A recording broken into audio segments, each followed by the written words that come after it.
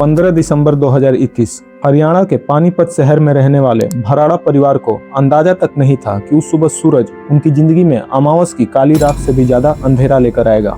दोपहर 12 बजे सीसीटीवी कैमरे में नजर आ रहा यह शख्स विनोद भराड़ा के घर की तरफ जा रहा है। उस वक्त विनोद भराड़ा अपने रूम में लेटे हुए थे, आराम कर रहे थे, क्योंकि कुछ महीने पहले ही एक एक्सीडेंट के चलते उनके दोनों पैरों में फ्रैक्चर हो गया था। वहीं उनकी वाइफ निधि किचन में खाना बना रही थी। मेन डोर खुला होने की वजह से वो आदमी आराम से घर में दाखिल होता है और दबे पांव अंदर जाता है। किसी को उसके आने की खबर नहीं लगती। मौका पाकर वो उस कमरे में घुस जाता है जहां विनोद लेटे हुए थे और उन पर हमला कर देता है। शोर सुनकर किचन में खाना बना रही निधि बाहर निकलती है। अपने पति पर हमला होते देख वो दरवाजा खोलने की कोशिश करती है, लेकिन नाकाम हो जाने पर वो घर से बाहर भागकर लोगों को मदद के लिए चिल्लाने लगती है। शोर सुनकर पड़ोसी और घर वाले आ गए, लेकिन दरवाजा इस तरीके से बंद था कि लाख कोशिश करने के बाद भी वो नहीं खुला। कुछ लोगों की नजर कमरे के बगल वाली खिड़की पर गई। उस वक्त वो खिड़की खुली हुई थी। लोगों ने खिड़की से देखा कि उस आदमी ने पहले विनोद को बेड से नीचे गिराया, फिर गन निकालकर एक गोली कमर में और एक गोली सर में मार दी। फिर उसने तीसरी गोली लोड की, कमरे का दरवाजा खोला और बाहर निकल गया। गन दिखाकर लोगों को उसने डराने की कोशिश की, लेकिन लोगों ने बिना डरे उसको पकड़ लिया और खंभे से बांधकर पीटा। अक्सर ऐसे मामलों में जब भीड़ किसी अपराधी को पकड़ लेती है तो वो अपनी जान की भीख मांगता है कि मुझसे गलती हो गई, मुझे छोड़ दो। लेकिन यहाँ पर इसका उल्टा हुआ। उसने कहा कि मुझे मार डालो, मेरा काम तो हो गया। उसकी ये बातें सुनकर लोग हैरान हो गए, लेकिन बाद में लोगों ने उसको पुलिस के हवाले कर दिया। विनोद को लहूलुहान हालत में कुछ लोग हॉस्पिटल लेके जा चुके थे, लेकिन सर पर गोली लगने की वजह से विनोद भराड़ा जिंदगी की जंग हार गए। निधि को डेथ की खबर मिलते ही वो सदमे से बेहोश हो गई। हंसता खेलता परिवार एक पल में बिखर गया। Welcome to trial table. चलिए इस केस का ट्रायल शुरू करते हैं। विनोद भराड़ा पानीपत के परमहंस कुटिया इलाके में कंप्यूटर सेंटर चलाते थे। उनका मकसद आईटी की ज्यादा से ज्यादा जानकारी पानीपत वासियों तक पहुंचाना, अनाथ लड़कों को फ्री में एजुकेशन देना, इन्वायरमेंट के प्रति लोगों को जागरूक करना और जरूरतमंदों को खाना बांटने का था। समाज में हर कोई उनका नाम अच्छे से और इज्जत से लेता था। उनकी मैरिड लाइफ भी बेहद अच्छी थी। निधि के साथ खुशहाल जिंदगी थी। 2 बच्चे, एक बेटा और एक बेटी भी थे। बिजनेस अच्छा था, पैसे की कोई कमी नहीं, ना ही परिवार में किसी के साथ विवाद या फिर किसी से रंजिश थी। ये इतनी परफेक्ट फैमिली थी कि आज के दौर में हम ऐसी फैमिली बस फिल्मों में इमेजिन कर सकते हैं। तो सवाल ये है कि आखिर ऐसी फैमिली को किसकी नजर लग गई और आखिर किसने विनोद को गोली मारी। इस मर्डर को समझने के लिए चलते हैं कत्ल से 2 महीने 10 दिन पहले। 5 अक्टूबर 2021 सुखदेव नगर पानीपत। शाम का वक्त था। विनोद रोज की तरह अपने दुकान के सामने कुर्सी डालकर बैठे थे। तभी अचानक एक तेज रफ्तार से पिकअप ट्रक ने आकर उन्हें सीधे टक्कर मार दी। एक्सीडेंट इतना भीषण था कि बचने की उम्मीद काफी कम थी, लेकिन कुदरत का करिश्मा ऐसा कि विनोद बाल बाल बचे। हालांकि दोनों पैरों में फ्रैक्चर हो गया। विनोद की चाचा की कंप्लेंट पर ट्रक ड्राइवर को अरेस्ट किया गया। नाम था देव सुनार उर्फ दीपक। कोर्ट में उसने कहा कि ब्रेक फेल होने की वजह से गाड़ी कंट्रोल से बाहर चली गई। हिट एंड रन का केस था, इसलिए कुछ दिनों में ही वो जेल से बाहर आ गया। ये मामला पुलिस के लिए सिंपल था। देव बेल पर आने के बाद विनोद पर केस वापस लेने का दबाव बनाने लगा और बात नहीं बनी तो गुस्से में आकर उसने गोली मार दी। कल्प्रिट, मोटिव, क्राइम सब क्लियर था और पुलिस ने फिर से धारा 302 के तहत देव को गिरफ्तार कर लिया। इसके बाद जो हुआ उसको किसी ने सोचा भी नहीं था। सबको लगा कि केस सोल्व हो चुका है, लेकिन विनोद के मर्डर के ठीक 2 साल बाद 2024 में पानीपत के एसपी अजीत सिंह शेखावत के पास एक व्हाट्सएप मैसेज आया। यह मैसेज ऑस्ट्रेलिया में रह रहे विनोद के भाई प्रमोद भराड़ा ने भेजा था, जिसमें उन्होंने विनोद की हत्या के पीछे अपने ही परिवार के किसी शख्स का हाथ बताया था और केस को री इन्वेस्टिगेट करने का रिक्वेस्ट की थी।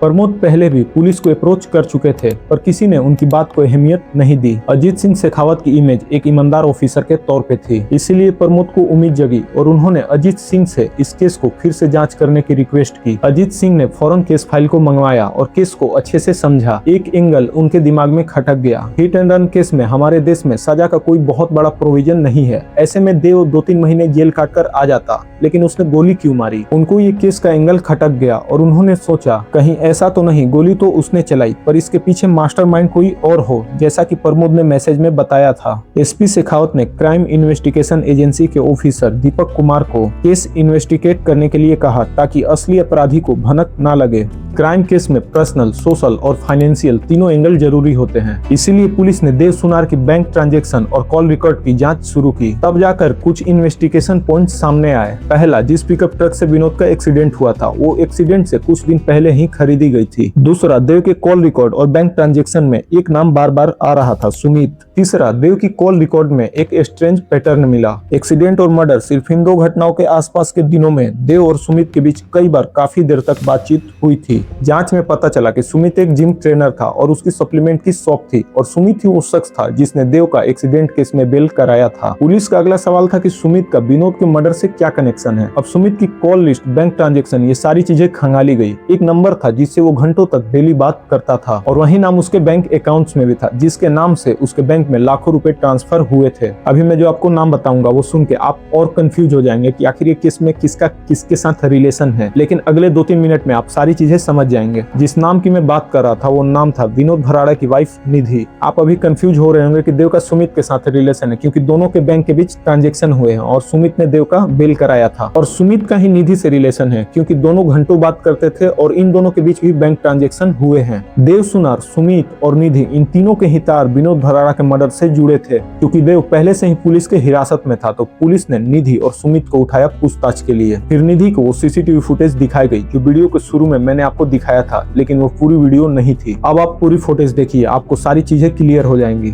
15 दिसंबर 2021 की इस सीसीटीवी फुटेज में जब देव सुनार विनोद के घर में घुसा तब निधि किचन में खाना बना रही थी और उसे देव के आने की खबर पहले से ही थी, इसीलिए उसने मेन डोर अंदर से लॉक नहीं किया था। फुटेज में साफ दिख रहा है कि देव अंदर आता है, निधि को देखकर नमस्ते करता है और दोनों एक दूसरे को इशारे में कांटेक्ट करते हैं। निधि खुद इशारा करके देव को उस रूम में भेजती है जहाँ विनोद लेटे थे और जैसे ही देव विनोद पर हमला करता है निधि की एक्टिंग स्टार्ट हो जाती है। वीडियो में साफ दिख रहा है कि निधि ने दरवाजा खोलने की ज्यादा कोशिश भी नहीं की, क्योंकि ये सारा खेल आखिर तो उसी का रचा हुआ था। पुलिस ने जब ये सारी चीजें निधि को दिखाई तो वो बात को घुमाने लगी, वो इधर उधर की बातें करने लगी। लेकिन कहते हैं ना कि पुलिस जब अपने पे आती है तो मुर्दे भी बोलने लगते हैं, और हुआ भी ऐसा ही। निधि अब सारी चीजें उगलने लगी। उसने बताना शुरू किया कि आखिर उसने विनोद का मर्डर क्यों करवाया। 2021 में निधि ने जिम ज्वाइन किया, विनोद ने भी उसका पूरा सपोर्ट किया। वहीं उसकी मुलाकात सुमित से हुई जो आगे चलकर उसका पर्सनल ट्रेनर बन गया। धीरे धीरे दोनों करीब आए और अफेयर शुरू हो गया। सुमित को पता था कि निधि पहले से शादीशुदा है, लेकिन उसकी नजर विनोद के पैसों पे भी थी। निधि घर पर फोन से सुमित से घंटों बात करती और जब विनोद का घर आने का वक्त होता तो वो कॉल हिस्ट्री डिलीट कर देती थी। एक बार विनोद को शक हुआ और उन्होंने निधि का फेसबुक चैट सुमित के साथ पकड़ लिया। इस बात को लेकर विनोद और निधि के बीच झगड़ा हुआ और विनोद ने सुमित को भी समझा दिया कि निधि से दूर रहा करो, लेकिन विनोद ने ये बात अपने परिवार में किसी को नहीं बताई क्योंकि वो बात को बढ़ाना नहीं चाहते थे। विनोद ने निधि को एक और मौका दिया कि वो सुधर जाएगी, पर निधि के इरादे कुछ और ही थे।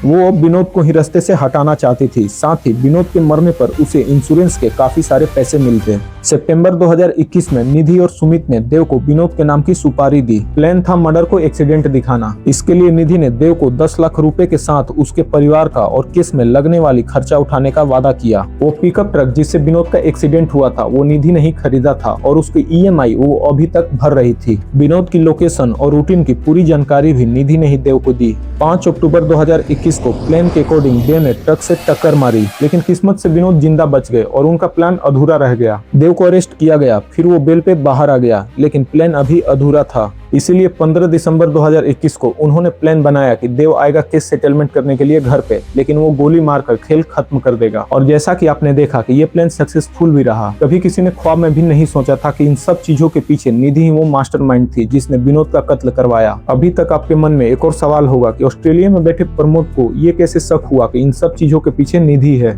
दरअसल विनोद के जाने के बाद निधि ने कहा कि ये घर उसे विनोद की पल पल याद दिलाता है और वो दूसरी जगह शिफ्ट हो गई। नई जगह पर ना कोई जान पहचान ना कोई शक, वहाँ वो बिना किसी के रोके टोके सुमित से मिल सकती थी। विनोद का इंश्योरेंस का पैसा भी उसके हाथ में आ गया और अगले ही कुछ महीनों में उसने अपने बेटे और ससुर दोनों को ऑस्ट्रेलिया भेज दिया प्रमोद के पास और अब अपनी जिंदगी आजादी से जी रही थी। विनोद के डेथ के कुछ महीनों बाद ही निधि अपने बॉयफ्रेंड सुमित के साथ मनाली भी घूमने गई थी और धीरे धीरे ये सारी बातें ऑस्ट्रेलिया में रह रहे प्रमोद भराड़ा को पता चली। लेकिन यकीन की मोहर मार्च 2024 में लग गई जब निधि अपने ही पति के कातिल देव सुनार को कोर्ट में पहचानने से मुकर गई। वो विनोद के मर्डर केस की प्राइम विटनेस थी और वहीं मुकर गई। प्रमोद ने कई बार पानीपत पुलिस से मदद मांगी थी, लेकिन किसी ने मदद नहीं किया। जब एसपी अजीत सिंह शेखावत पानीपत आए तो प्रमोद ने उन्हें व्हाट्सएप मैसेज किया। एसपी अजीत सिंह शेखावत ने देवसुनाथ, निधि और सुमित तीनों को जेल भिजवाया, बल्कि इन्वेस्टिगेशन में लापरवाही बरतने वाली पुलिस टीम पर भी उन्होंने जांच बैठा दी, क्योंकि अगर वो इन्वेस्टिगेशन टीम 2021 में ही अच्छे से जांच कर लेती और लापरवाही नहीं बरतती तो सच्चाई उसी वक्त सामने आ जाती। इस केस में हमने पुलिस की दोनों पहलू देखी, एक वो जिसने लापरवाही की और एक वो पुलिस ऑफिसर जिसने अकेले ही इस केस का रुख बदल दिया। आपको क्या लगता है कि उन तीनों को क्या सजा मिलनी चाहिए? कमेंट सेक्शन में जरूर बताएं और ऐसे ही रियल क्राइम स्टोरी के लिए इस चैनल को सब्सक्राइब कर ले।